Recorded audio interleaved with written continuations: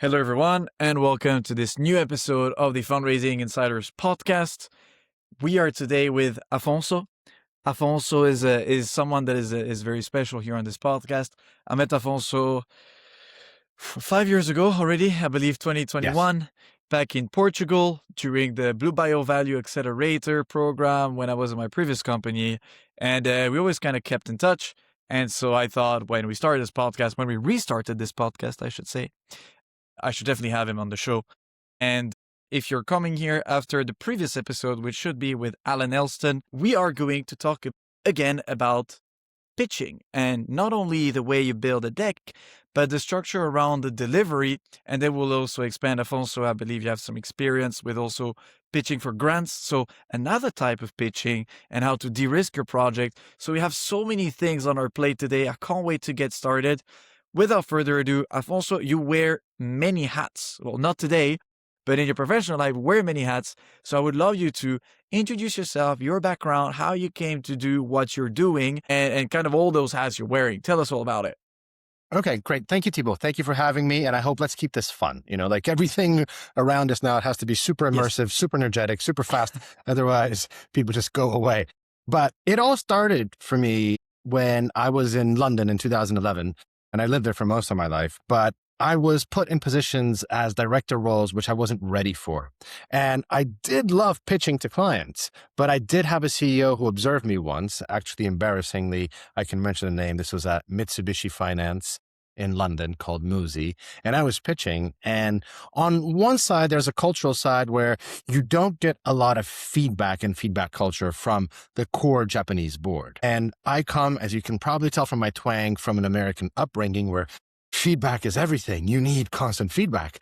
So I was hitting a wall in terms of presenting. And this CEO who observed me, he took me aside at the end and did say, that was crap, and you need to go learn presentation skills. And from then on, I embarked on this journey in 2011 on At least you had working on feedback. presentation skills. I got feedback. I got feedback from someone. It was crap, but it was feedback.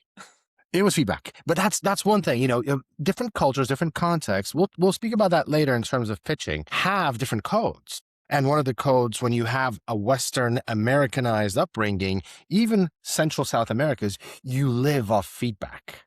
And the further you go to the East, that starts going away, and you have a certain confidence and independence you just need to keep cool with. Well, going back to the story, from 2011 onwards, I have so far done at least 4 presentation skills courses in depth. Then that is everything from theatrics all the way to working on voice, on confidence, on observing people, really taking minutes to look eye to eye into other people and see who's uncomfortable first. And that's really helped me bridge a gap of what do I need to leave as a message to this individual? And so what do I do today? Let's then answer your second part of the question. I'm an entrepreneur.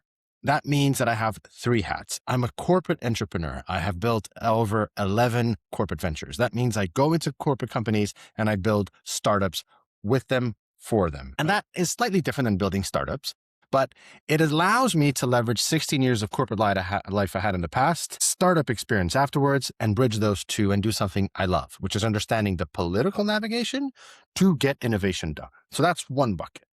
The other bucket is venture building, not just corporate innovation, but really building ventures both for startups, for accelerators, venture capital firms, and being someone of trust that can take a startup from A to B or from E to J, depending on the stage they're at, that can come in, can take a project, can embrace, be it they're lacking sales strategies or they're lacking go-to-market strategies, and carry that mission through and through.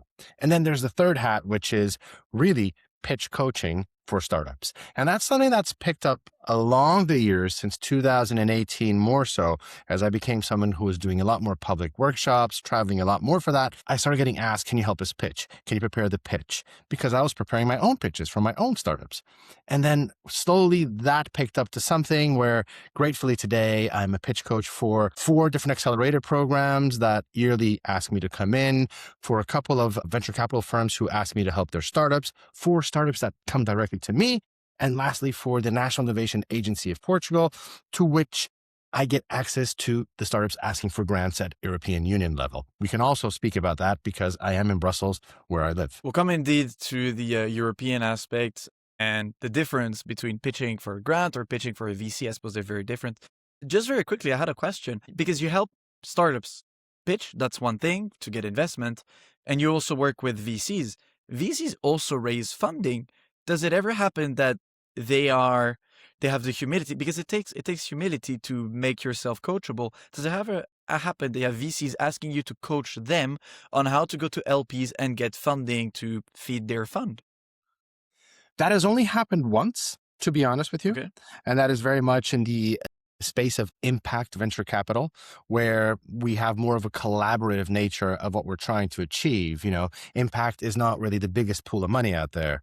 You show a VC some kind of dashboard with some CRM capacity, that's faster go to market. That's faster returns. They need to actually make that work for them. I'm not criticizing VCs for this. They have money to put to work. So It's the way of the game. I've only had that type of feedback and that kind of work with venture capital individuals who we've got in a room. We've done the same coachings I do with startups, but we frame it very much on how do you make mathematics fun? How do you make the numbers of interest? Because you're discussing a whole deck of investments and cap tables. Absolutely. How do you keep that going? With a normal pitch, you have the variety of narrative, right? So there's one side, which is always going to be fun, which is the story about your startup. Then there's a side you want to discuss, which is a difficult side. And so it should be. So I've only had that experience once. Gotcha. Is it something that you believe there's a niche to dig? Do you believe? I don't know, because this is something we're actually trying to bring more in the podcast is instead of having just the founder layer, we try to also have the investor layer. We want to offer a way to also help investors. And it's always a bit hard when you're a founder, you think that, well, an investor wants to invest and make more money. That's only one part of the coin. The flip side of that coin is that they want to raise. They're constantly raising. If you thought that startups were constantly raising, funds is that 10x. They always need to raise for the next round, find the LPs, pitch to them, the thesis, the returns, etc. So there's a market there, and it seems like it's under addressed. So maybe that's something that is to address for you. I don't know if that's something you're looking to develop, but we'll definitely look into doing more of that. But again, a founder is someone who's learning as he goes, and I believe might be more in capacity to have, as I said, that humility to want to be coached. I don't know if people who are professionals at investment are as open-minded to say, I want also to be coached to become better at what I'm doing. I don't know. It's maybe a niche to explore. And if there are any investors listening, then would love to hear your feedback, of course, on that. So the only side that I want to add there is, please, we've been doing things the same way everywhere for startups, for investment decks, etc. Yeah. But with investors, what I have been slowly and increasingly getting into is it starts touching on a level of coaching. It really starts moving from investors making better pitches for their investors or investment purposes, but then also in terms of executive leadership and executive presence. So there's a coaching side to that layer, which I aim to bridge the gap over the next year. So more operational. More to come in a year. Gotcha. So we covered a couple of your hats. You mentioned some old hats that are worn out, or that you wore enough to replicate them in the future, such as all the corporate venture aspect. We have the Brussels, the EIT, etc. We'll come to this a bit later. Let's start with the absolute fundamentals, which is your expertise is how to deliver a product. In a way, it's very much salesy, because you're one of the episodes we had earlier. Someone was mentioning when you are selling a product, it's easy. You're selling the features of the product. When you're selling a company, you're not only selling the product, you're selling returns, you're selling people, you're selling an organization, you're selling a market understanding. There's all of those things. And when it comes to pitching those things, as you said, you don't pitch maths the same way you pitch a story. So can you run us through a little bit, what are the different things that you pitch, what are the different ways of pitching different things, and how you navigate this massive mess for founders so that they don't start pitching math the same way they're supposed to pitch their story, and they don't pitch their story the way they're pitching math? Okay, so let's break this down starting from a macro approach to pitching. The macro approach is you take a textbook or you check out what consultancy firms like the PwCs, not the three magic circle ones, what they're after. And they give you these structures. They're after the standard structure of problem, solution, opportunity, clients, market size, revenue streams, etc. And I advocate that all founders go through an exercise and look at those. There are 12 chapters actually, but if it's B2B, it's 14. We can get into those details. So there's 12 slides, if you want to call it, or 14 in B2B that you want to cover. And I really advocate every founder, okay, this sounds really boring, but let's make some conscious decisions. Do you have A, B, C, D, and all the way to number 12 or 14? And do you have that? Okay, now let's really scrutinize and understand what works for your pitch. What do you deliver in your pitch? Will you deliver, for example, a slide about competition, or do you want to omit it and open yourself for that at Q&A? So we go through an exercise of get the whole structure, understand, do you have the content, and then understand, why are you showing it or not? Is it good enough or does it need more work? And we work through that. Once you have that, and one of the greatest projects I've had with one of the startups I work with, GeoTourist, is we created a master deck, which is every single slide in a master deck. And then we actually strategize on how do we work with this master deck for sales, events, investors, and how do we pick and choose, and which ones need to be personalized. That helps us understand how are we bringing most value to every pitch significantly. Why do I say that? Because when you go to an events pitch, the people who are there expect a certain exchange. And that exchange, you need to address it. Because what happens most times is people take a deck that they've been given, they get on stage and they deliver it. Great, fantastic. But you didn't address the fundamental reason why people came to listen to you. The same with an investor, the same with a specific investor. Let's say if you're looking at an investor in Germany, it will be different than an investor in the UK. It has to be. And again, depending on the VC or PE or an angel, who are you talking to? So what's personalized about those slides? And on the other hand, when you're in sales, of course, you need to go through a personalization of understanding what the customer wants. So let me break it down. You have the macro structure. You need to know it. You need to understand it. And then you need to make conscious decisions. Then if you have the time, and if you're a founder, if you have Mural, Miro, Figma Jam, you can just put all the slides in there. And then you can say, these are for sales, these are for investors, and these are for events. And you can have duplicates.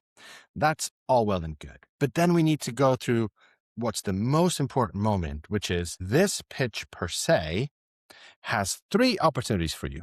The first one is, what is your one purpose? I'm not saying message. Purpose for the pitch today. How will you go in and tell them, I am here today to do this and that? Because that immediately sets the expectations on one side. And I don't mean I'm thrilled to be here. Well, because thrilled is actually, people use that word. It's really hard to stay thrilled for 10 minutes, right? So be careful with the words. I'm thrilled. It's like, oh, great, be thrilled. But how do you keep the expectations? We're here today because we have a very different opinion on how you can invest in. So already you're setting a precedent on why you're there and the people who should listen. That's one. Question 2, which is, what is the one thing they had no idea about and that you can repeat? That's the second part of the sentence. So that one thing that they can leave the room and say, wow, that individual, guy, girl, whatever, they came in here today and I have no idea that. Now, be careful. It doesn't have to be your solution. It can be the problem you brought. It can be the way people do taxes in a specific households. I had no idea that. It's so bad out there. Just make them remember that you brought something that left them better than when you found them. So 1, you know why you're there and you announce the purpose. 2, you have one message that they have no idea about, and it doesn't have to be your product. And 3, you bring in your weaknesses. And I commonly say, call a cat, which I think is a Dutch expression that I hear a lot, which is you bring in the questions you always get and you plant it in their brains. You say, and I know what you're thinking, the team's not ready. Or I know what you're thinking, we need to readdress the business model. It's okay to bring those weaknesses because you're already prompting the Q&A you want to have. So these are the three. Once you have all these slides that you can play with, and it takes about a week's work, and it's worth it, founders. It's really worth it. You have a library for a year, but then every presentation, it's just 3 questions you need to answer. And that will really help you work on your narrative. Gotcha. It's interesting because that's something we actually tackled. We had a little discussion before the recording. And one of the things you mentioned was, how do you bring attention where you want to bring attention? There are 12 to 14 slides in a deck, but somehow you need to make sure that they focus on that specific one, and that the questions they're going to ask or the whatever discussion you're going to have will be about this. So there's definitely a right balance between sharing and undersharing, or insinuating that you want to ask questions here. Yeah. So yes, you also need to play upon how long is your Q&A. The longer the Q&A, the more you don't need to be an expert during the pitch, because all those questions are going to come. So you're there to be the narrator, and we'll go through Q&A, and you know that I'm the specialist. I'm the right person to be here today, or the team, or everybody around you. But you need to be mindful. If there is a very short Q&A, that's a more difficult pitch, because you need to cover everything during the pitch. yeah. Yes. So yes. that's where the whole de-risking phase happens, is how do you de-risk things? I tend to qualify de-risking as not the first layer of questions, but the second and the third layer. It's one thing to ask you, how big is the market? Layer number 1, you tell me what the market size. Layer number 2, de-risking, is how do you came up with this number? Like, does it actually represent your true market, or is that a subset of it? How do you come up with this number? Why did you pick this number and not another one? Why are you picking this niche and not another one? And can you back why? If you say why, well, because my product fits that segment rather than this one. Okay, did you go out there and ask people about it? And this is where your pitch becomes a bit dangerous, because if you start to say, the answer to question layer 1, the answer to a question layer 2, the answer to question layer 3, you start to have too much information. So how do you balance de-risking, which is the ability to convey either the information of layer 2, layer 3, or the fact that you know it, with oversharing? There's a right balance in there, right?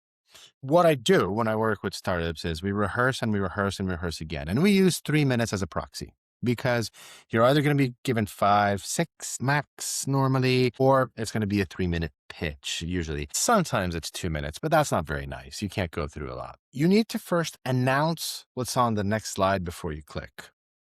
Why do you do that? Okay. Because that allows you to be 50,000 feet. Very superficial. You're not really addressing what they need to look at. It also is a technique to omit the and then you click. It is also a way to omit the so, which non-native English speakers do. So they click and then they explain. So, and then it's too much. So first of all, you announce what you're going to see on the next slide. Now you might be wondering on how this business model came to be from all the validation we did. Click. What I see on the next slide is the whole validation exercises. And then you pick and choose a little nugget on that slide. Because remember, when you're pitching, you are the orchestrator. And now on this slide, if I can take your eyes to the green dot there, that dot, so basically go from macro to micro, but don't go through the middle. Superficial. I'm going to tell you what the next slide is about. Don't worry. And on this slide, I just want you to look at this little number. And we're going to go to the next slide. And this little thing. And this thing. And this thing. Because slides are constructed to support us. The trick and the difficult part about doing that song and dance is you need to make sure that you're still pitching. So the slides are just something in the background. They're not something that you're going to point and spend time on and turn your back to the audience. It's something that you need to know. But what I really want you to capture from this slide is the 3, so you need to have always a micro nugget from the macro superficial things. That's the way I usually work, to make sure that, yes, I'm going through an executive presence. That's 50,000 feet. But yes, I'm also the subject matter expert in case you have doubts. So I ping pong between those two to make sure that at the end, people feel they understand and they have questions to probe where I want them to probe. That's a second layer that we work on.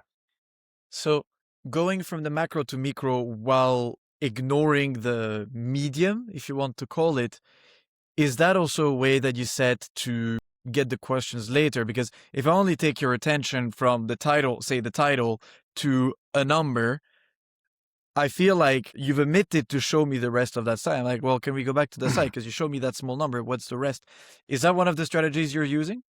Yes, it is one of the strategies I use for two reasons. First of all, I thoroughly believe that when you're pitching, you are totally exposed, meaning that everything you dress, everything you're doing, they will have enough seconds to observe you up and down. That means they also are quicker to observe my slide and capture the info than hear me give out a whole story. So Gotcha. I believe that if I announce and I calm their heart rates on what's on the next slide, they will enter understanding the macro picture. Their eyes will be able to scan everything until I say, but if I can take your eyes, okay, wait. So I believe that they glance over that picture. Yes, there will be questions about it, but this also works very well as a design brief. It also works very well when I'm working with founders. Okay, yes, there's this slide, but why does it matter? What do people get out of this? Because we need to be careful since we're doing things the same way. You know, when you see a roadmap slide, even if you close your eyes now, when you think of a roadmap slide, it's probably an arrow going from left to right, because we read from left to right. It's got dates. It's got milestones. That's a roadmap slide. Okay. What do you want to say? Do you want to say you've been around, that you know chronology, that things have happened? They can glance through that. What you want to say is, and this journey didn't come about blah, blah, blah, blah, blah, blah, something macro. But it led us to one key aspect. Click. 2017 was the year where we understood that our, something. And if I bring you fast forward to 2025, as you see there, so we got the first pilot and we deployed. Yeah. This is why we very often see with Pecha creators timelines that can be very, very, very, very busy. People put 20 different dates because they feel like, well, I need to put the incorporation, the this, the that. That's just crowding the slide. I just want to know, maybe when you filed your patent, and okay, why are you putting your filing patent? Well, that's because it's when we thought that we were ready to file it, because we were ready to start producing, and we thought that we needed protection because we wanted to go to licensing. Now you're telling me about the business model, so it relates to something. And why did you put this thing here, this pilot? Well, because this was the first time someone actually gave us cash for what we were doing. So you're validating the market. So again, it's about correlating the slides together.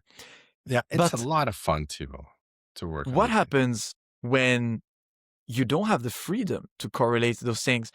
And you made a mention in our pre-recording call to the Pecha Kucha style of pitching. Yes, the 20 seconds. Can you tell us more about it and what there is to gain from not having this control? Yeah, so there's definitely an internet definition of Pecha Kucha that I should have read before coming in here. But I remember the way we trained in London, I think it was from a few foreigners who were working in Japan and working with Japanese. They came up with the Pecha Kucha format, which was around 20 seconds, 20 slides. But you're not the one clicking the slides. Somebody else is. So you don't have the control. That's you do not have the control. And I do that with founders. Sometimes we do an exercise on sell me yourself in 20 slides. Now, you can sell me your personal self. You can sell me your professional self. That's not the point. The point is we're going to go through 20 slides, 20 seconds, and I'm going to click. And your narrative needs to keep going. And you need to get to the end of those 20 slides, 20 times 20 seconds. You need to get there.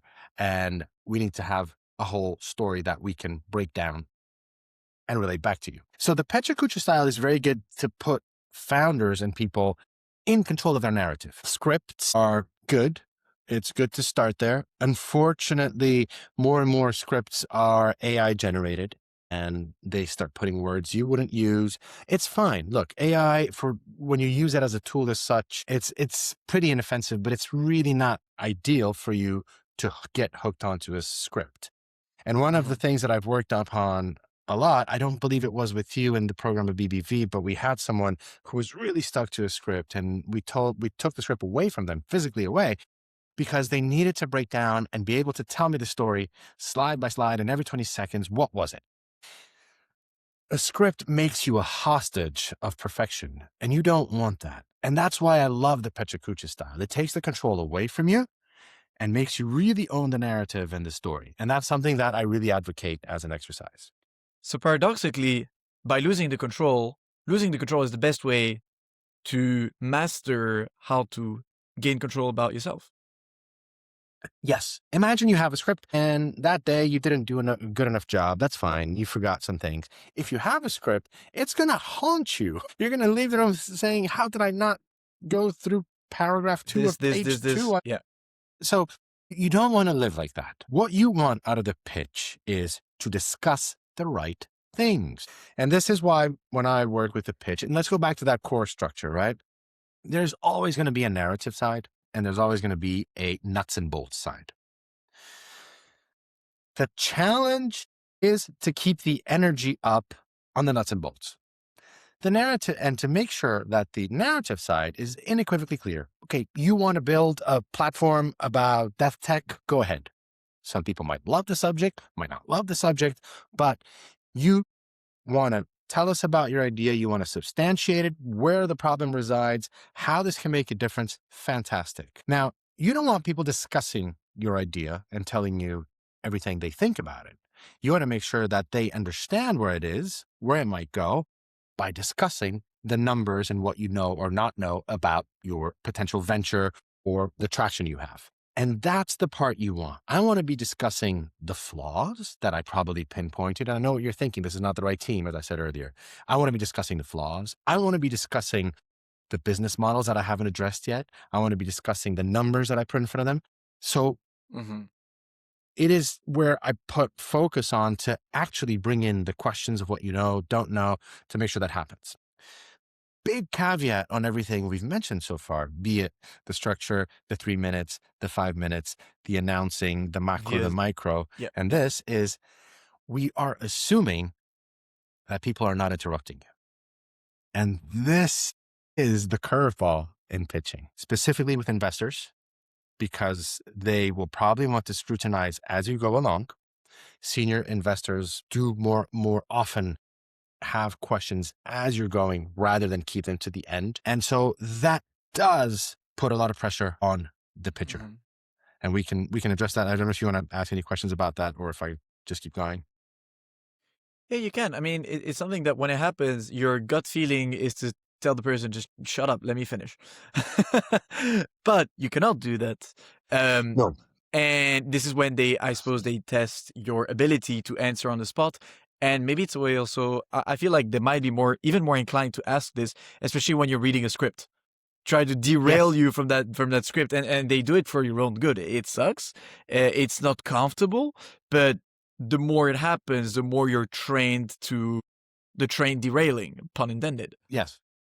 So there's a few things we can do in those circumstances, which I try to train as well. If you're in a situation where you're pitching, you've been doing it, you've been practicing, and you've entered a modus, which is very good in pitching, which is you're not an active observer or active listener. You know, things can fall down. Some people might look at their phone.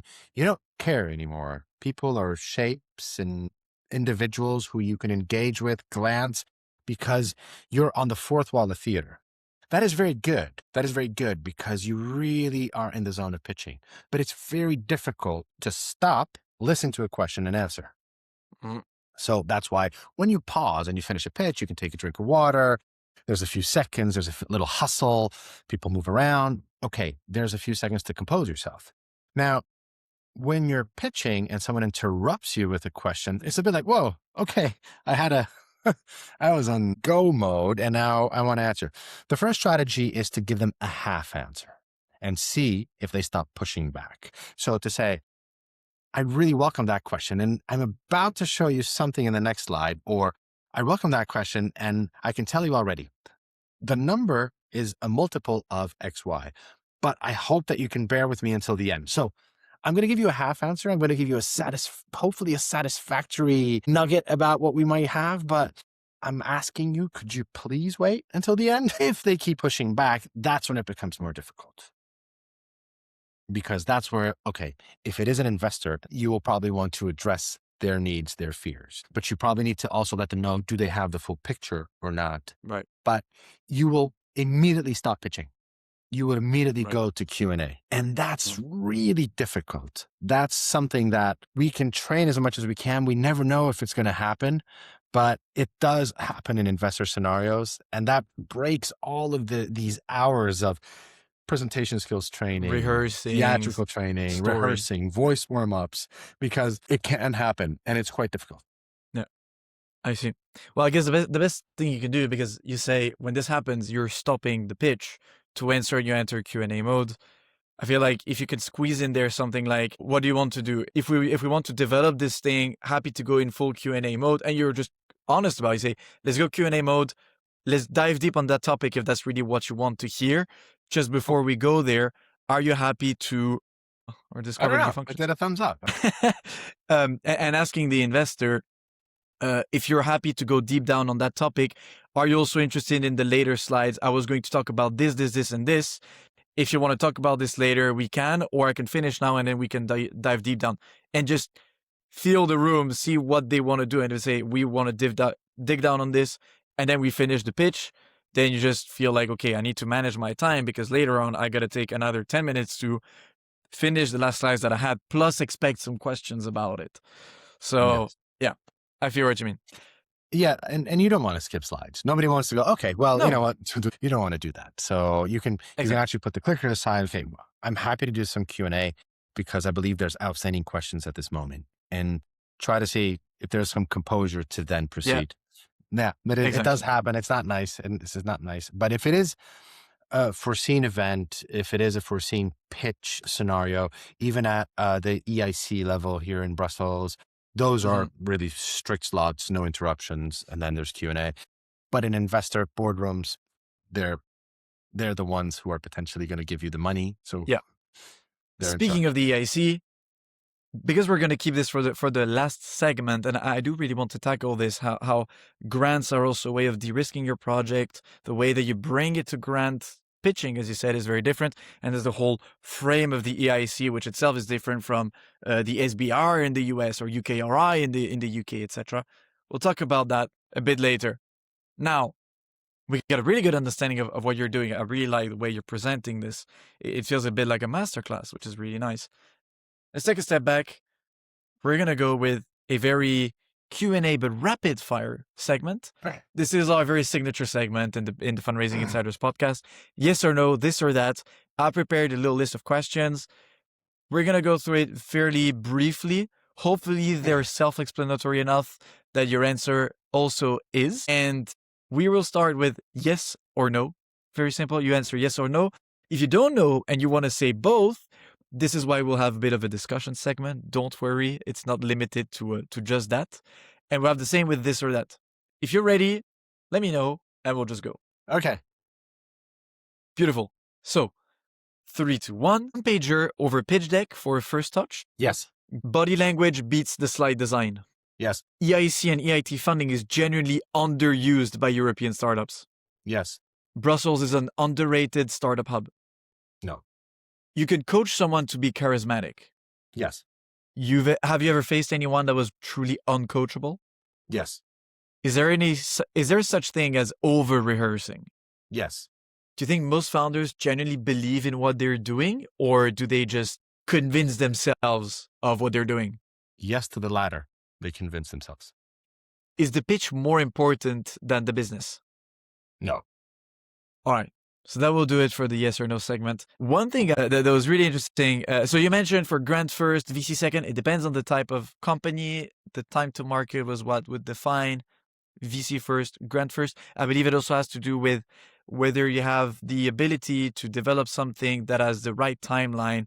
And this goes to grant. So it goes to the hardware versus software. Maybe software is easier to go for a VC because they can see their investment today will convert to a product and an exit faster than if you need to put money into a prototype that needs to go through regulation to a phase 2 to then your first sale is in 3 years. It might be better to go with grants for that. And then once you start to get those sales, a VC can put in money and think about their ROI in something under 7 years, let's call it. You mentioned a keyword, regulation. Once regulation is part of your lexico and your hurdles, you're not VC ready. And that can be for fintech services. Regulation is a big component of fintech. But if you still need to go through regulation, you're not ready for VC. VC, use it as a rocket when you can go to market and you have something that they can help you put in the market. With grants, that also means you need more R&D time. You need more framework navigation time. So it really depends. Are you ready to go for the rocket? Can you give them what they need? And together, can you build something that will go to market? Go VC. If you still need, and this happens in a startup that I'm working on, legal tech is difficult. If you don't have all the understanding on how that could work, VCs will not be ready to invest in you. So don't do it yet. Right. I'll keep the EIC, EIT being underused by European founders for our last segment, and we'll start that. We use this as a sprout to this discussion. I asked about, is there a thing such as over-rehearsing? Tell us about what you believe sounds like over-rehearsing or doesn't sound like over-rehearsing. It's really interesting. It's like you said earlier. It's funny. So throwing out the script, throwing out the control is gaining control. Correct. It's a curve.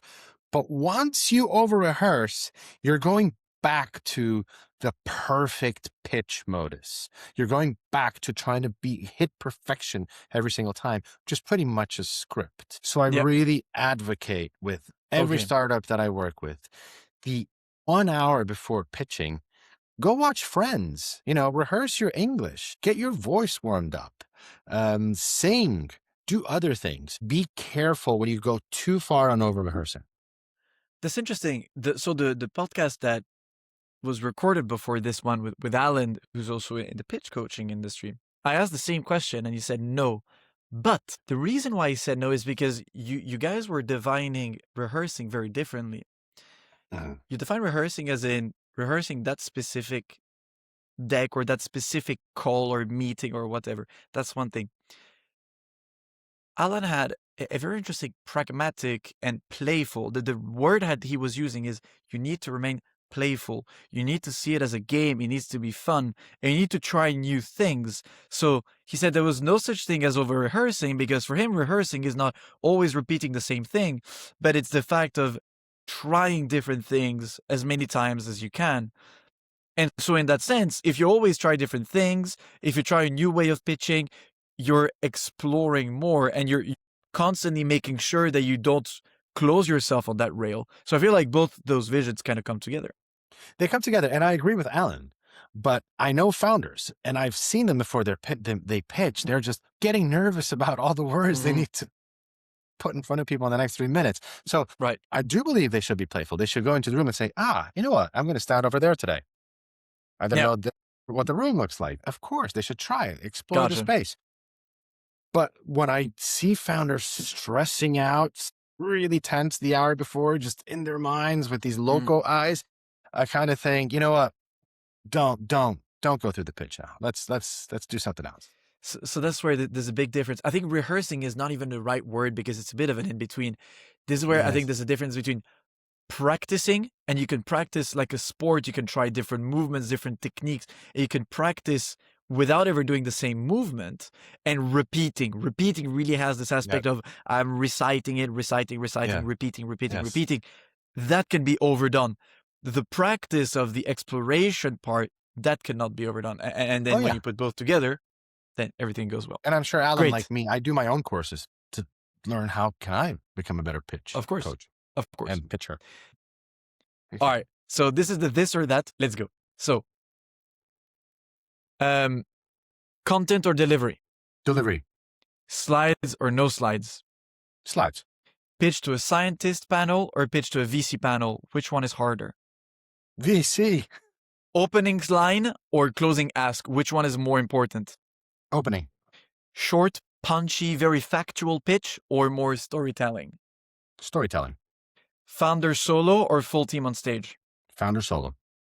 Would you rather coach someone with a mediocre idea but a great delivery, or someone with a brilliant idea but a mediocre delivery? Brilliant idea, mediocre delivery. Practice in a mirror or in front of a live audience? Live audience. Corporate pitch or startup pitch? Which one is harder to coach? Corporate pitch. And here's the curveball. Are you having a good time on the show? I am. Good. That was a yes, no. Yes, I'm having a great time. No, very good questions. I enjoyed those. Beautiful. And here is great because usually in those episodes, you tailor the question to who you're talking to. Here, the ones about Brussels are, of course, tailored to you. When it comes to corporate pitch, it's more tailored to you. But some of those questions are very similar to the ones I asked Alan. And it's really nice. I really like to get those two different visions and how they meet each other, as we just had with the over-rehearsing whole discussion.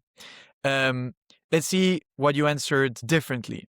One of them was founder solo or full team on stage. And again, I'm sure that you will reconnect because it's my mistake. When I say the full team, I should have said the team of founders. And this is where it depends whether you want, the question should have been, should there be just one founder pitching? Or if they're a complementary founder, is that something that you push to have both pitching their own part? And it might take a bit more time, but is it actually worth going the effort of having the technical person speak about the technical parts and the non-technical person speaking about the non-technical parts? Thibaut, you've had startups. I've had startups. Nobody, no founder is complete, but there is always one person who will lead. There is always one individual who started the foundation and who carried it through. They might not be the best product person, or they might be the best numerical person, but there is one person. And that one person is usually the diehard person who is even able to work for a while without earning a salary. If you have two, that's two timelines to manage. One of you wants a salary at one point. You see what I mean? Yes, you need founders, you need complementarity, and you need to bring that. But ultimately, the buck will come down to one person. And so, yes, I believe that every startup has founding teams, founders, and they are needed, but there is one individual. Interesting. I'm bringing this to my own personal situation, and the person who founded the idea, so my co-founder back in the days, I believe I was a better pitcher than them. However, I believe they had a lot more charisma. They brought a lot more charisma on stage. They were more inspiring. And we actually had many times discussions right before a pitch, and it might change last minute. Like, oh, you do it this time. Or I do it this time. Like, trust me, I know the crowd, I know those guys. I'll do it. I don't know if it's a pretentious thing to say maybe we were the exception because we're able to do it both. But I think that also depends who you're addressing. If the people were more scientific, of course, I would take the lead because I was a technical founder. But it was also what they prefer in terms of style, whether they prefer someone more punchy and maybe more controversial that might say the things that you don't want to hear. And here's the honest reality. The product is not ready yet, but we need you to get it there, versus the more diplomatic where he would come into play. So I feel like there's also a missing part of the question, which is the dimension of who you're addressing. Exactly. So that's really important that I think everyone should be ready to pitch. Everyone in the founding team should be ready to pitch. Gotcha. And that should cascade later on as startups grow. And when I say things lie with the founder, it doesn't mean others should not get on stage. Product individuals pitching to product people, very strong message. CEO typologies pitching to corporates or PEs, etc. Very good match as well. What I mean is when you have other people on stage with you, I thought that was the question. Gotcha. When you're a collective of people pitching, no, I don't want to compare my voice to somebody else's voice, my English accent to their English accent, what other people might do as they're standing there. So I saw it more from, do you want a lot of people on stage or one person on stage? I see what you mean. I want to know that this is the person they thought is the best one to come and speak to me today. If they're the founder, co-founder of founding team. Gotcha. And to be fair, everything else you answered the same. So originally Alan had answered that, would you rather coach someone with a mediocre idea and a great delivery? He started with a great delivery because it was a bit of an easier thing to do, but because he said, well, it's not my job to work on the idea, and then actually reversed to a brilliant idea and terrible delivery because it's more progression. And I feel like that might also be the reason why you said this. If the idea is good, is that the reason why you said that you prefer someone with a brilliant idea but a terrible delivery? Because it's more work for you, it's more fun, maybe. No, because I can work with a mediocre delivery person. But someone who's a brilliant delivery person, I can't work with them. They're brilliant at delivering it. So that's what I'm saying. With someone with a terrible or mediocre delivery, for you is more fun because it's more work to do. There's a lot more work to do. But I have been in the position, it was actually here in Brussels, where I pitched and it went really well. I was actually really happy that day, the way I pitched. And the CEO of a company, who was the main person in the audience, along with their COO and CSO, he said, "That was a great pitch. It really landed well. That was a shit idea." And, those things You happen in can't do pitches. anything. You can't do anything. And it was a pretty lousy idea, pretty complicated. I took 5 minutes of a CEO's time, and I think he was just letting me politely know he enjoyed the pitch, but that was a waste of time. And equally, that goes to the question between corporates or VCs. With corporates, specifically if you have CEOs, I've been given questions, for example, in the pitch, like, "So what do I tell my shareholders?" And I was like, "Oh, I've never prepared an answer for that question." It's like, what do you tell your share? That's why it's so difficult to align your agenda with corporate agendas. With VCs, you can understand that you're going to get very difficult questions, very numerically proficient individuals, but there is a clear purpose, engagement. With corporates, very complicated. Because a VC, if you pitch to an analyst, you know what the analyst is going to have to say to the associate. You know what the associate is going to have to tell to the partner, to the Yes. investment committee. They need to transfer the idea, the problem, the size, and whether they're actually going to make it. Like, it's the IC memo structure is fairly standard, so you can anticipate and give them the right cues. When you say you have the macro and you point to the number, in a way you're kind of telling, if that's what the number you need to remember to tell your N+1, it's this one. Part 2 of the podcast, the rapid fire, allows to cover a lot of topics very briefly and also interconnect them. We had a little segment about Brussels, about EIT, EIC, the whole European funding. So I'd like this third part to be around this. It's a topic that we don't necessarily mention. Most of our audience will be either US or Europe based, although we're also trying to take people. I'm trying to have investors from the Middle East. We're going to have some people from Australia, hopefully as well, Latin America, Asia. We're trying to cover everything. But today the topic is Europe, and even the center of Europe, which is Brussels. I was not expecting you to say that Brussels was an overrated, or I don't even remember what I said. Was Brussels? Do you think Brussels is an overrated or underrated startup scene? I think you said, is it underrated or overrated?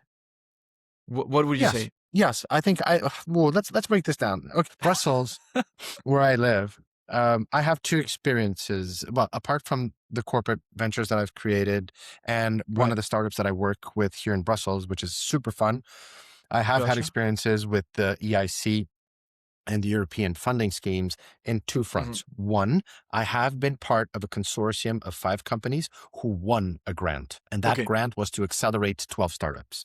So I have that experience of applying, gaining the grant, working through the grant for the purpose of acceleration of 12 startups, delivering the reports, and seeing how that goes.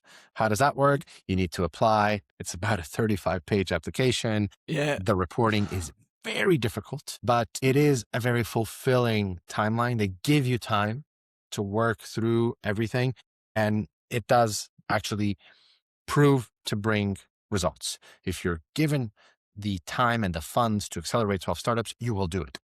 And we did. So that's a lot of fun. On the other hand, as a pitch coach and via the National Innovation Agency of Portugal, whenever there are applicants for deep tech and bioscience startups that come to pitch for grants, I work with them to bring them over to Brussels. And those pitches are difficult. We're looking at a 10-minute pitch, which is long. Okay. But then sometimes a 45-minute, between 35 and 60-minute Q&A. Super long. So on the one hand, this goes back to what we said, being the subject matter expert. You have plenty of time to be a subject matter expert in that Q&A. But that now means that you have 10 minutes where you can't just be vanilla and the executive presence 50,000 feet, because you have a lot of time. Fortunately, these are normally bioscience and biotech startups, so they have to go into a lot of detail. They really need to. Scientific boards, one of the reasons why you need to have someone who is a science, and you need to have someone in the panel who is a scientist. And you just need to be careful that your jargon doesn't lose everybody else, but you need to get them on board. There are great causes out there. And you also need to make Brussels, sure that the question from the scientific person doesn't become 99% of the discussion, because there's probably other people on that panel. And if you let a scientist talk, they can talk for the entire hour. And suddenly the others didn't have the time to ask their questions. And because they haven't had their answers, well, they don't want to take the risk. They might have another one that actually they yes, got to answer those questions. And you disqualified yourself by not letting them address certain things. yes. And in engineering and in science, the depth and the layers you can go into are very deep. You can Yeah. have very deep conversations. Whereas in marketing, which is one of my backgrounds, well, there's a few layers of depth, more and more with the analytics, but people get it after a while. Brussels is a place of startups where I was actually pointed out yesterday when I thought it's a great place for climate tech. And I probably said that from a social responsibility aspect, or the way I see people live. But I stood corrected by someone who has worked in the public domain of startups yesterday, saying, no, actually, we have a really strong background in chemistry and science. And not only, of course, there's defense, which is very much an important aspect of Brussels, NATO being here, which is a big market. But They there's literally have a sculpture called the Atomium. That yes, should give a hint. yes, and it meant all the evolution of science at the time in the expo of Yeah. how Brussels was avant-garde. And if you look at the movies of Jacques Tati and how that was all about the modernist buildings, it was all here in Brussels. You have a lot of tunnels here because there was a bigger projects on making the city even more like Brasilia, like Le Corbusier, and very, very avant-garde. But what I mean to say about this is there are calls for proposals from Brussels every single day. I get a list, like there's an email, it's a free newsletter. I get circa 15 or 25 calls, maybe 3 times a week. So that's 75. And these call for proposals, they change in focus, knowing that at the moment with Horizon 2030, there are a lot of focuses on climate tech, food, space, defense, but there are opportunities out there. And there are a lot of technologies out there in Europe that I see today in markets, which are sometimes not so fit for purpose. What I mean is, for example, I work with a startup in food traceability. That technology that they've built is so interesting that it could lend itself to so many of these calls for applications here in Brussels today. And it's hard to say then, is Brussels a startup hub or not? On the one hand, from the financial funds that the EIC and EIT provide, well, there's a plethora of opportunities. And as I've experienced being part of a grant, it does serve a purpose and it does help startups. But do you Now, need to be in Brussels to get the Brussels money? No, not at all. Not at all. No, not at all. You need to come and pitch, but sometimes those pitches are digital. Gotcha. But no, not at all. One of the startups that two that I've worked with a lot who were given grants, they're in Portugal and they're doing super well. They come here, they pitch, and they're advancing and growing their businesses. So as much as I believe that countries could stand for super clusters, meaning this country's really good at this field, that country's really good at that field, Brussels will allow itself to be more elastic, given that it has this kind of glue from the EIC, EIT, and all the European funding. Underused, a great opportunity, one that I also can't, because I'm not part of any commission, I can't myself infiltrate and learn more about, but that I'm also someone that could be sitting anywhere, reading these ideas, these call for proposals, and saying, you know what, there's a lot more that can happen here. I've also spoken to a few accelerators here, namely IMEC. They really have a really interesting program on how to accelerate startups. So Belgium is good. It's good. It's a small country. Of course, France is a superpower next to us. And, the Netherlands up above with their agri-tech and vertical agriculture expertise is great for a specific type of startups as well. It's a very interesting side to be on in Europe at the moment here. And I try to, as much as I can, be part of it. I've seen a few grants that I might apply for. And I actually advocate startups to keep an eye on those. To NATO. NATO also has calls for ideas and call for startups that they're not just building anti-drone mechanisms. There are technologies that can lend themselves for NATO. So keep an eye on those. They could be really fit for purpose. You mentioned, so this is something that I'm actually writing down because I'll ask you about it. even later. But you mentioned the difference between pitching to EIC, EIT, and you mentioned specific rules. You mentioned the 10-minute. You mentioned that you ought not to be interrupted during that pitch. It's a very different structure. Let's try to build two rules. Or let's try to build a rule. What are the things that absolutely apply to a pitch with EIC and with VC? The thing that is, this will not move between the two. And let's make the breaking rule, which is the key difference between EIC, EIT, pitching for grants, let's call it European grants, and VC, the key difference. So what absolutely remains the same and what absolutely changes? Mhm. I'll try to go for one that stays the same and two that change. One that stays the same is in a VC, at least from my experience, you're given circa 5 minutes, and it's usually in a boardroom scenario. Same. It's usually in a boardroom scenario, panel scenario. And you're given the opportunity to deliver your startup all the way, just like we spoke right at the beginning of this podcast, from macro, break it down, the narrative, what your solution is, what are the nuts and bolts of what you're doing, what you're learning, where your business is, where you want it to go, et cetera, et cetera. Cover the whole spectrum. The narrative, the structure stays the same on both. What changes isn't there, because you say the narrative remains the same, isn't there something different where, because that's something I know comes from the Innovate UK background. So again, I'm bringing in a bit of a third party, but another for Innovate UK, when you apply, you are giving the problem, the solution, the market, but it's public money. And because it's public money, the public money has to go in something that will give back to the public. So for example, you cannot have a collaborator for a UK grant that is a European company or a non-UK company, provided that there is the availability to have them in the UK. If you're having the only expert of that domain in the world, then you can, but they don't like it.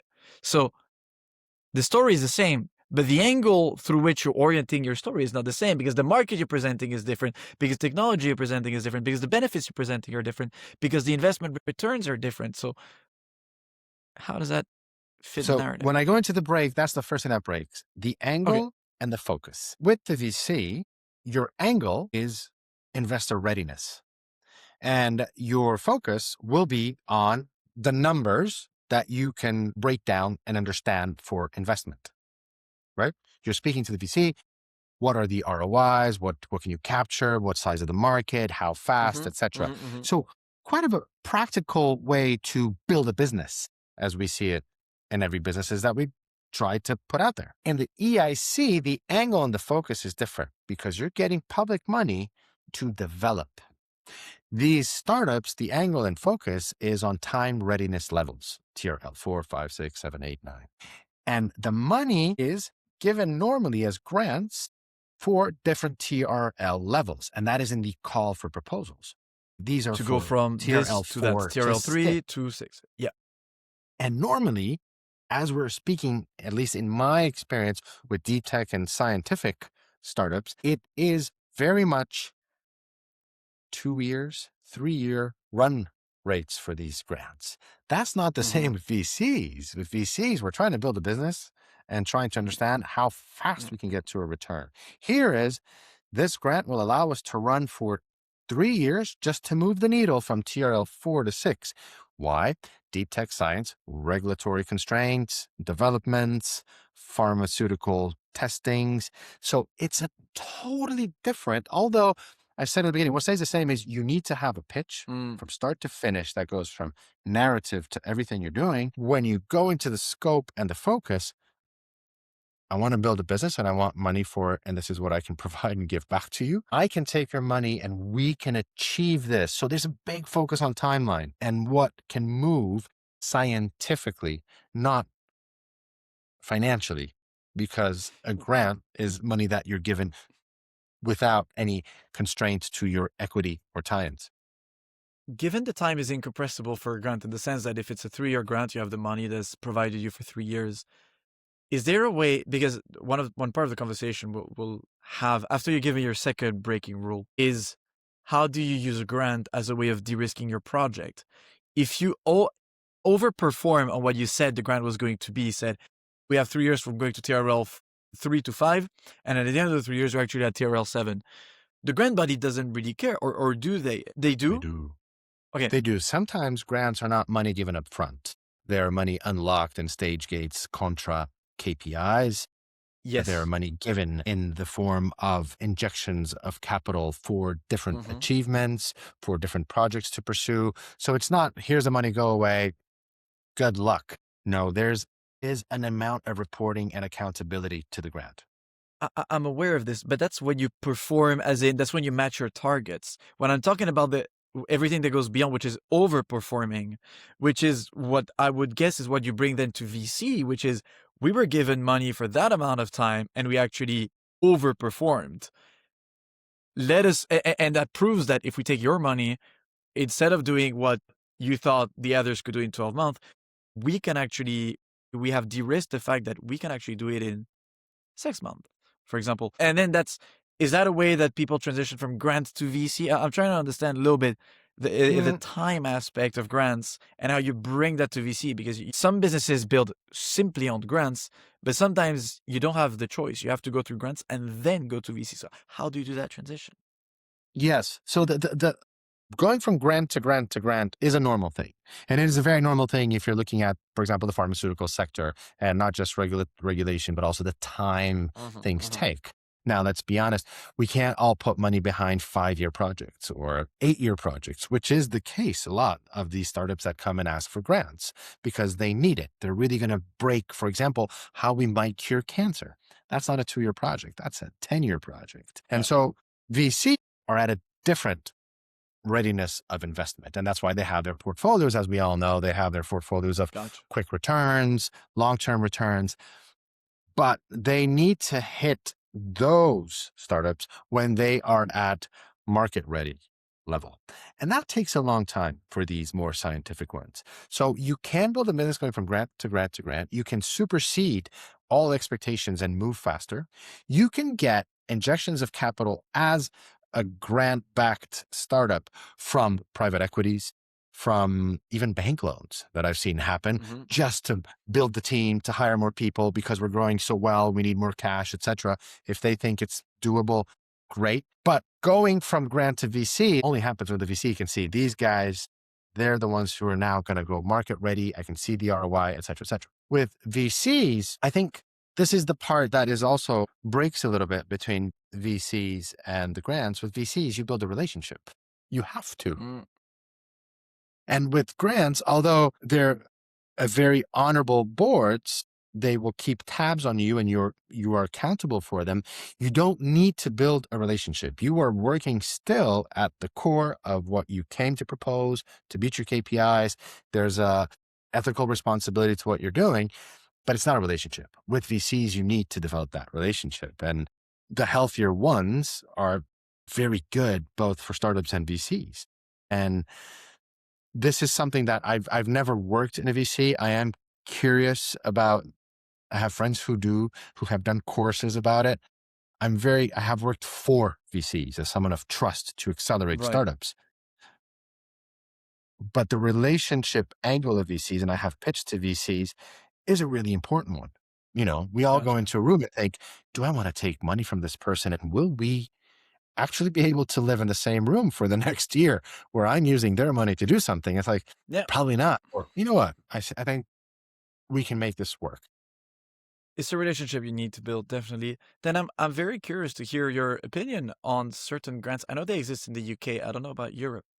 There are so a lot of grants in the UK and in many countries actually are match funding. So there's an amount of money that can come into the business, but you need that extra amount of money. And unless you're taking a loan or a grant or debt or whatever, which is at an early stage, it's hard to get, especially when you don't have anything to back it.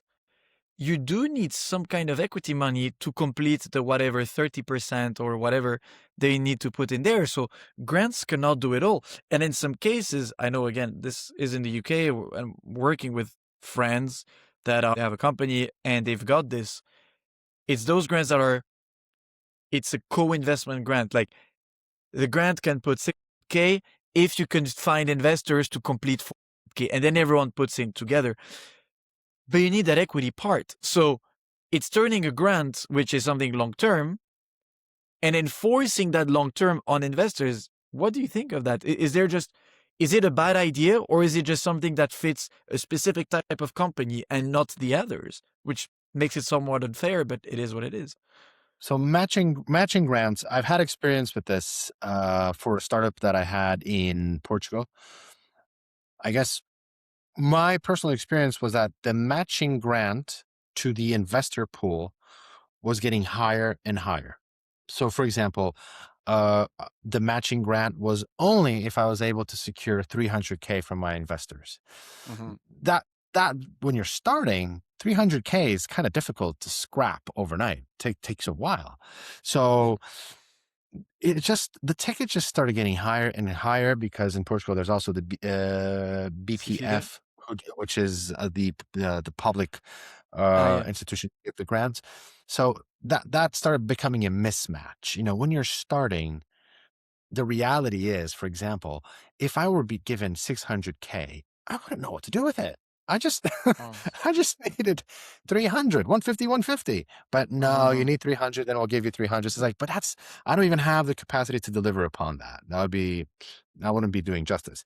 So that was my experience with it. But also that was the matching grants was also a governmental tool and rocket fuel in France, where all of a sudden, boop, unicorns flew over, because whatever the VCs were giving, the government was giving. So startups were making double and flourishing into unicorn status. And that was like rocket fuel for a couple of years, where I think, if I'm not correct in my numbers, I think France had maybe a handful of unicorns, and also they had 41. It was like, well, that was a good 2 years. So it did work very well.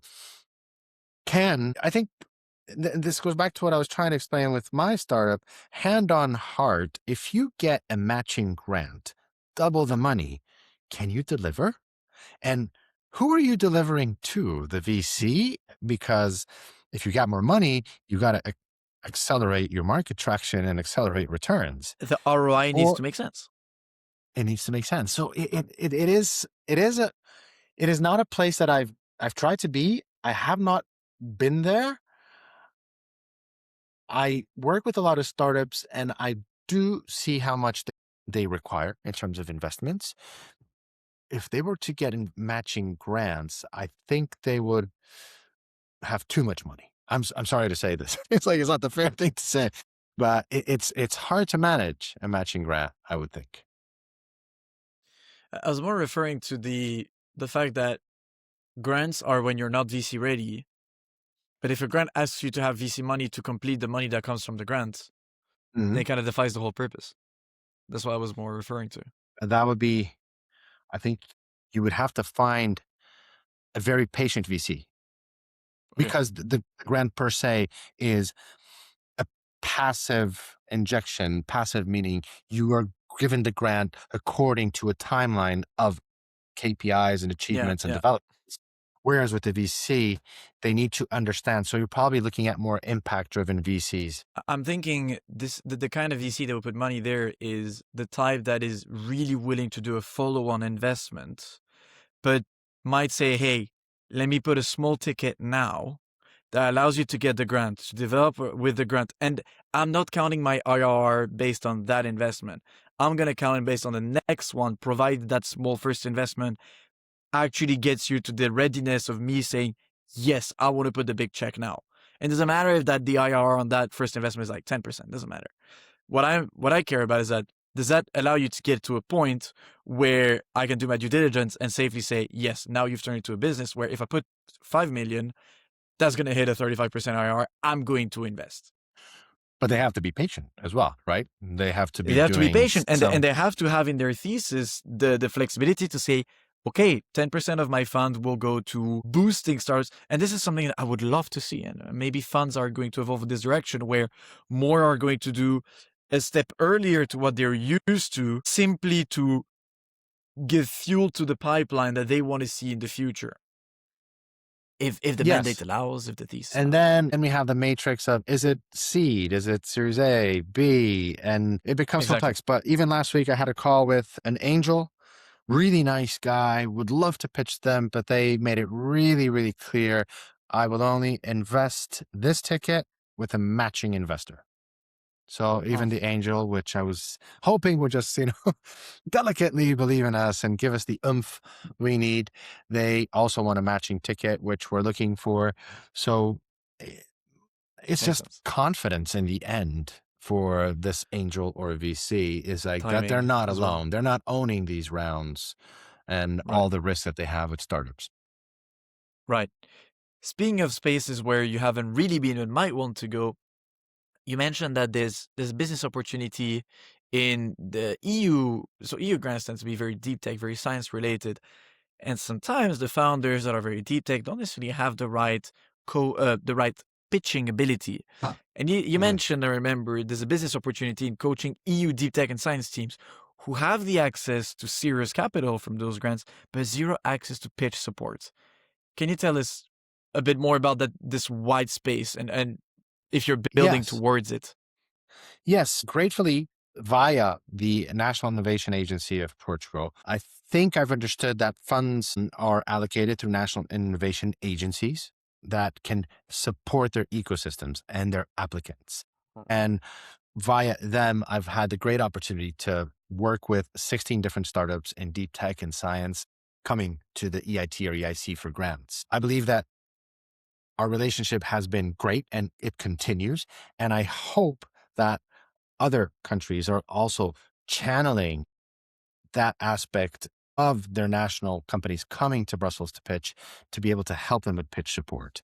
Now, one of the tricks to be able to help these startups is to understand that the call for applicants is actually slide deck first, and you cannot change the Mhm. slide deck. And so first you send a slide deck, there is an acceptance on whether you were pitch or not, and then you work on the pitch. That could have a lag of anything between 1 to 3 months since you've sent your Mhm. candidacy until you pitch. And as you know, and I know, a lot changes in startups. And then many times what we're trying to work with, which is a pitch, which is a retrofit to a lot of developments the startup has already experienced. In the end, it is an amazing experience to help scientists, lab individuals with extreme in-depth knowledge to come to Brussels and pitch using, Mhm. of course, the strategies as a pitch coach that you need to have in terms all the way from presentation skills and theatrics What we into the mentioned before, yeah. salesmanships of understanding how startups pitch. So it's a great relationship. It's a great symbiosis. I've been loving to work with every single startup that I've had the opportunity. And I hope, get more of these opportunities going forward. Gotcha. Beautiful. Would love to hear more about those kind of grants. I think that definitely with Pitch Deck Creator, this is something that now that we have this conversation, we should think about what are those kind of grants. You mentioned that you were part of a cohort where Yes. it was a grant Yes. to help companies. And I'm thinking, well, we should definitely go for this kind of grant if they're around. So Well, we'll, yes. we'll look So it's into it. very much up my street. I help startups go from, as I said, from D to M, whatever in the alphabet we want to say. But it was really, we want a cohort of a consortium to come in and accelerate 12 impact driven startups. And I was one of the Right. companies, along with B certified as we are B Corp Yep. and in the Netherlands and other great companies. And it was a lot of fun. Very nice. This was one of the longer episodes, and it means a little bit more editing, but I think all of the content has been really, really top tier. So Good. pretty happy with that. Let's have a little closing discussion. Yes. Um, I believe you mentioned that you had some people that were working on making small apps out of your knowledge, of your know-how in coaching, and turning Yes. that into small modules. So you're productizing. To be fair, in your job, you're already productizing your expertise, but you're actually putting it into an actual software app module format. Can you run us through a little bit how this Yes. works? Yeah. And for something that's I so bespoke as making a pitch, how do you turn that into a box that is an app?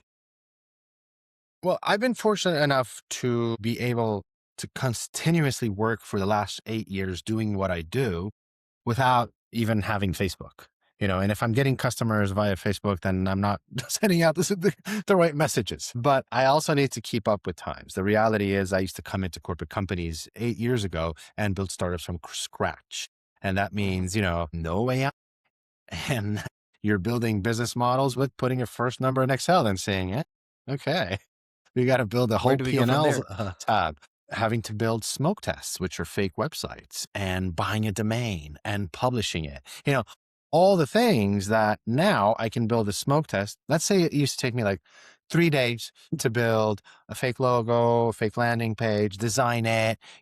First you used to do things in InDesign and Illustrator, then you moved to Figma, and then you would have to change the copy, and then you have to go buy the domain and publish it. Now I can do that in 6 hours with AI, right? So effectively, a lot of the things that I do will be cannibalized, and I need to face the music.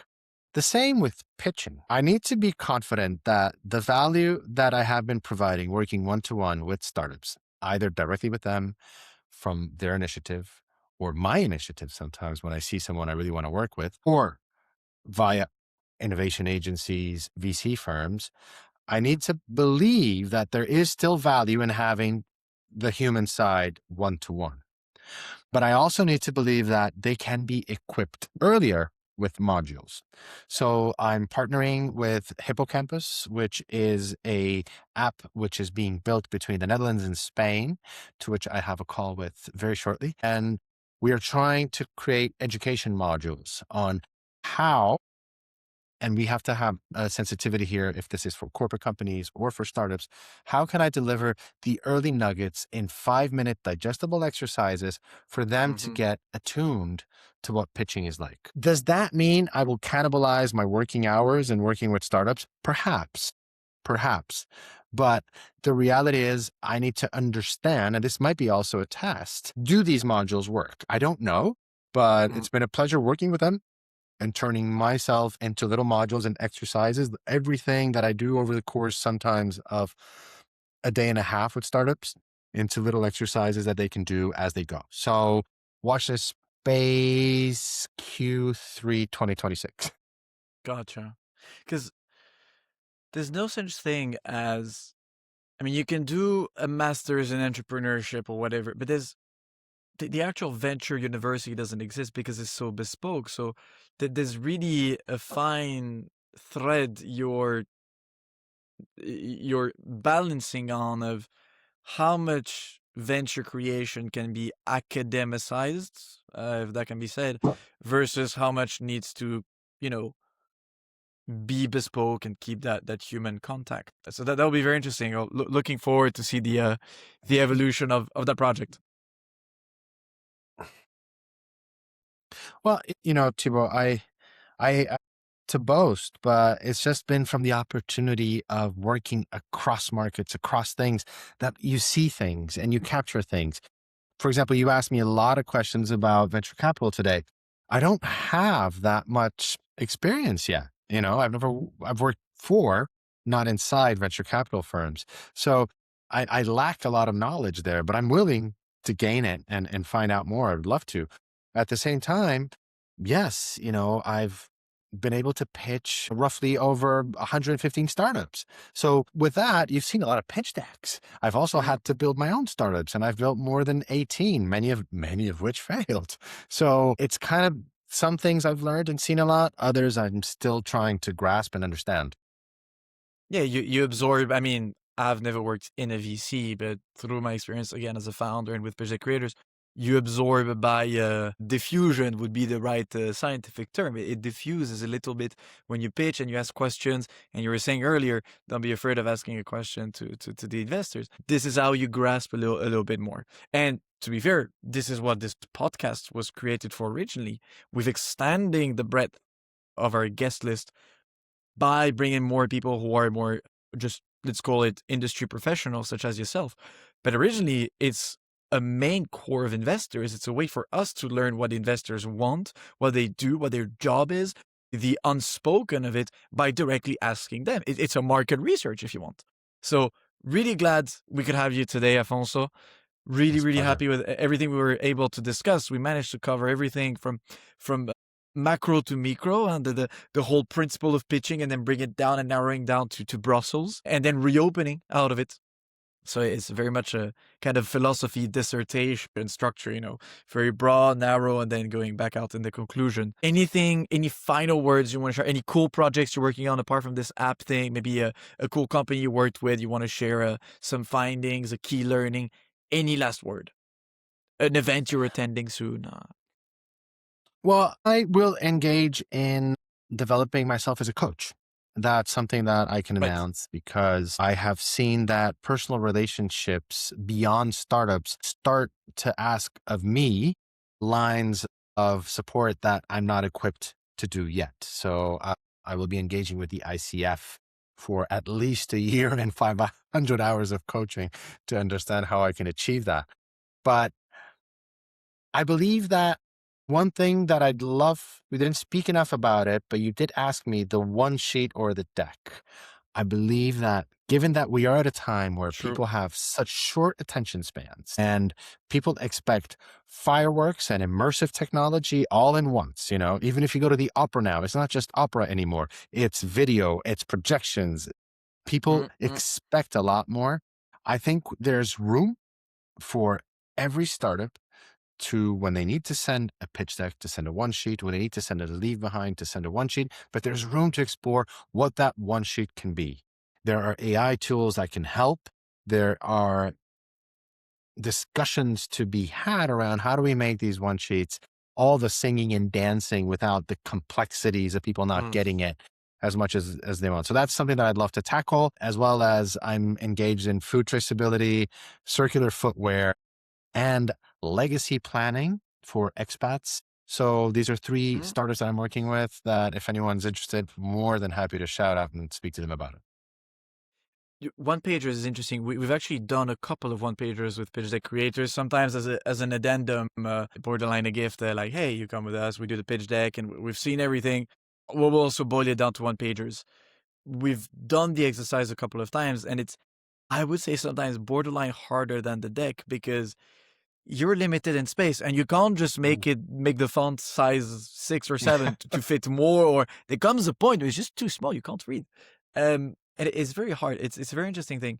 Happy to share, actually, we could talk about this after. Happy to share some of those one pagers. If you have any, try to compare the kind of templates, see if we can work on that together. But really, really an interesting thing indeed. And it was one of the really bespoke questions in the this or that, one pager versus deck. And I knew you were going to say one pager, so I'm glad you reminded me to tackle this here. No, so there's basically there's so many cool things to work on.